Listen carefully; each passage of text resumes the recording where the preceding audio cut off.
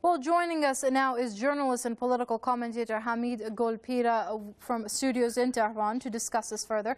Many thanks for joining us here on Press TV, Mr. Golpira. Now, it is interesting to note that when you look at the history of U.S. policy towards the Islamic Republic of Iran, even before the onset of the issue of the nuclear energy program, the U.S. has adopted hostile policies towards Iran. So it is quite fair to say, wouldn't you agree, that the nuclear issue is just an excuse?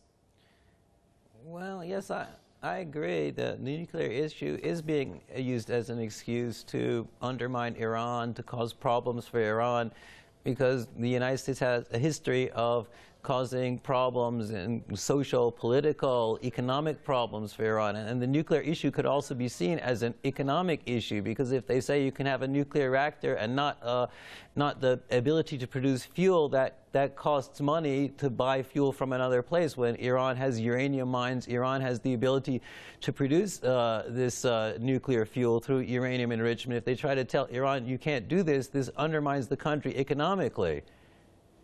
So keeping in mind the leader's comments made earlier today, what do you see coming out from the negotiations between Iran and the 5 permanent members of the UN Security Council plus Germany? Are we going to see a concrete breakthrough, or is the U.S. going to put up obstacles just for the sake of continuing these sanctions?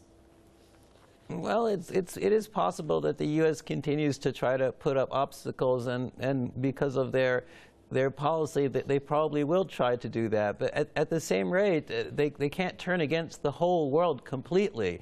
If the whole world is going in one direction, for example, the non-aligned movement, NAM countries are in favor of Iran, and many of the countries of the global south are opposed to Iran being pressured in this way over the nuclear issue. So the United States can't just eternally, turn against the whole world.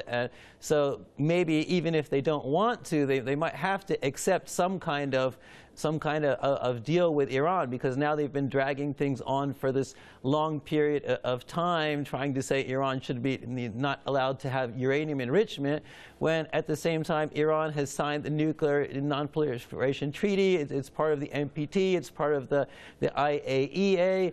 The nuclear inspectors from the IAEA have never found that Iran is producing nuclear weapons, so it is allowed to produce nuclear fuel according to the terms of the NPT, according to the IAEA statute. Iran's not violating the international laws according to the IAEA inspectors itself. So it shouldn't be that Iran is being treated as if it's being caught producing nuclear weapons. It hasn't been. So under international law, Iran is allowed to produce nuclear fuel. So there's no justification for saying Iran should not have uranium enrichment. So eventually, hopefully with the help of the rest of the world, which also sees the hypocrisy of this whole thing, that Iran will be allowed to produce a nuclear fuel for its nuclear reactors. Okay, we're going to have to wait and see how that pans out. Journalist and political commentator Hamid Golpira there, joining us from studios in Tehran. Thank you very much indeed.